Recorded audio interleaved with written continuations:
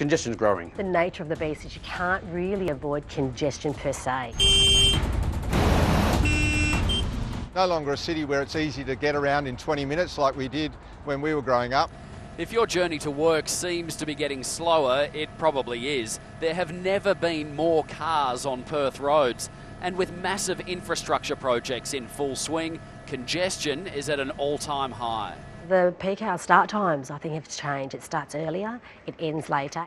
Good morning, everyone. Bernie with another check of the traffic, and the Mitchell Freeway quite busy. When it comes to our traffic troubles, Sunrise reporter Bernie D has had a front row seat for 15 years. I'll have more traffic for you soon on Sunrise. I remember when I used to say peak hour was around the 7-ish mark. I could easily say it's well before 6 now.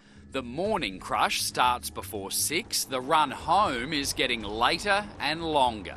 I mean, it dissipates quite quickly, but it's still a lot of cars at, what 10 years ago, maybe 5:30, now easily 6:30, 7 o'clock.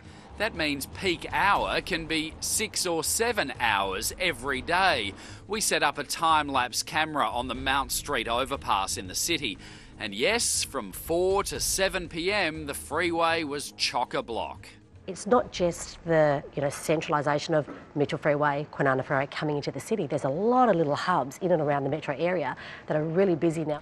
WA's population of people and cars is growing faster than any other state. In 2005, there were 1.8 million registered vehicles. By 2010, there were 2.3 million. Now we've reached 2.8 million registered vehicles with 1.9 million people. In the last 12 months, we've seen car registrations in Western Australia have increased by 4.6%, which is the highest of any state in Australia. So what does all this congestion do to poor old drivers? I think I'm a really calm driver. Cameraman Craig Shaw wore a heart rate and blood pressure monitor on the run to work. I don't think it's going to go up much at all. We'll see how that works out in a moment, but let's get a bird's eye view of the morning rush. It's now just after 8 a.m, and I know I'd much rather be up here than down there. On the Kwinana Freeway, traffic's at a standstill from the Mount Henry Bridge to Canning Highway. On the Mitchell Freeway, it's busiest around Cedric Street and Osborne Park. With our freeways becoming car parks, more drivers are taking alternative routes and clogging up the suburbs. So they're taking like maybe Stirling Highway, Canning Highway, Orrong Road.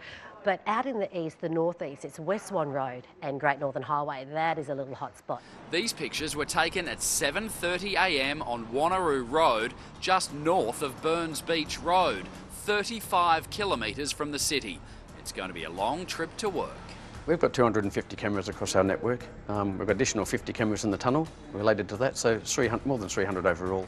Over at the Main Roads Traffic Operations Centre, John Venables says crashes are their worst nightmare. We can call tow trucks, we can send emergency services so we can get the right people out there very quickly and try and resolve the situation as quickly as we can. We're doing a lot at this point in time to try and ease congestion, but I would admit that the first part of this century we didn't do enough.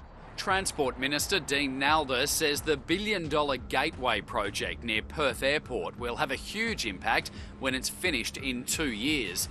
Mitchell Freeway will be extended north to Hester Avenue within 3 years, and Tonkin Highway will reach Ellenbrook and beyond within 4 years. And that's to get freight and get trucks off the roads and out of the city.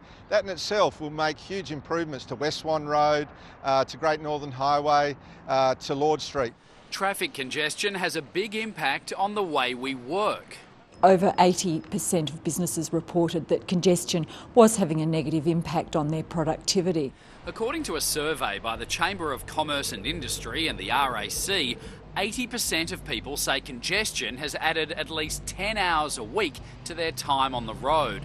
70% of businesses say punctuality is getting worse, stress levels and sick days are going up. CCI boss Deidre Wilmot.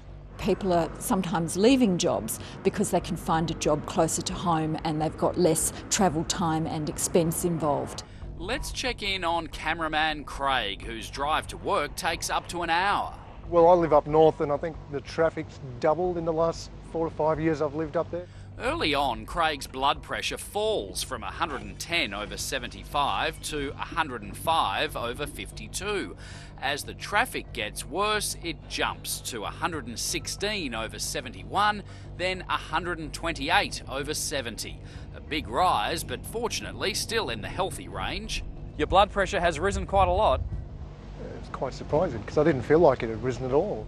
His heart rate rose too, from 69 beats per minute to 88.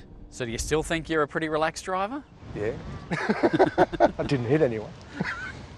So what's the solution? Carpooling and using public transport help, but some businesses are even staggering work hours. I would advocate good bosses to know that if the nature of the business allows people to start earlier, finish later, that would be the first thing, I think, to helping congestion. Yes, and we would encourage that where it's possible.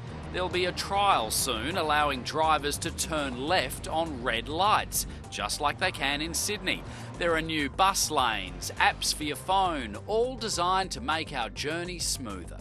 For a city that is transforming, which is exciting, but has its challenges, we're working on ways to make it easier for people to move about.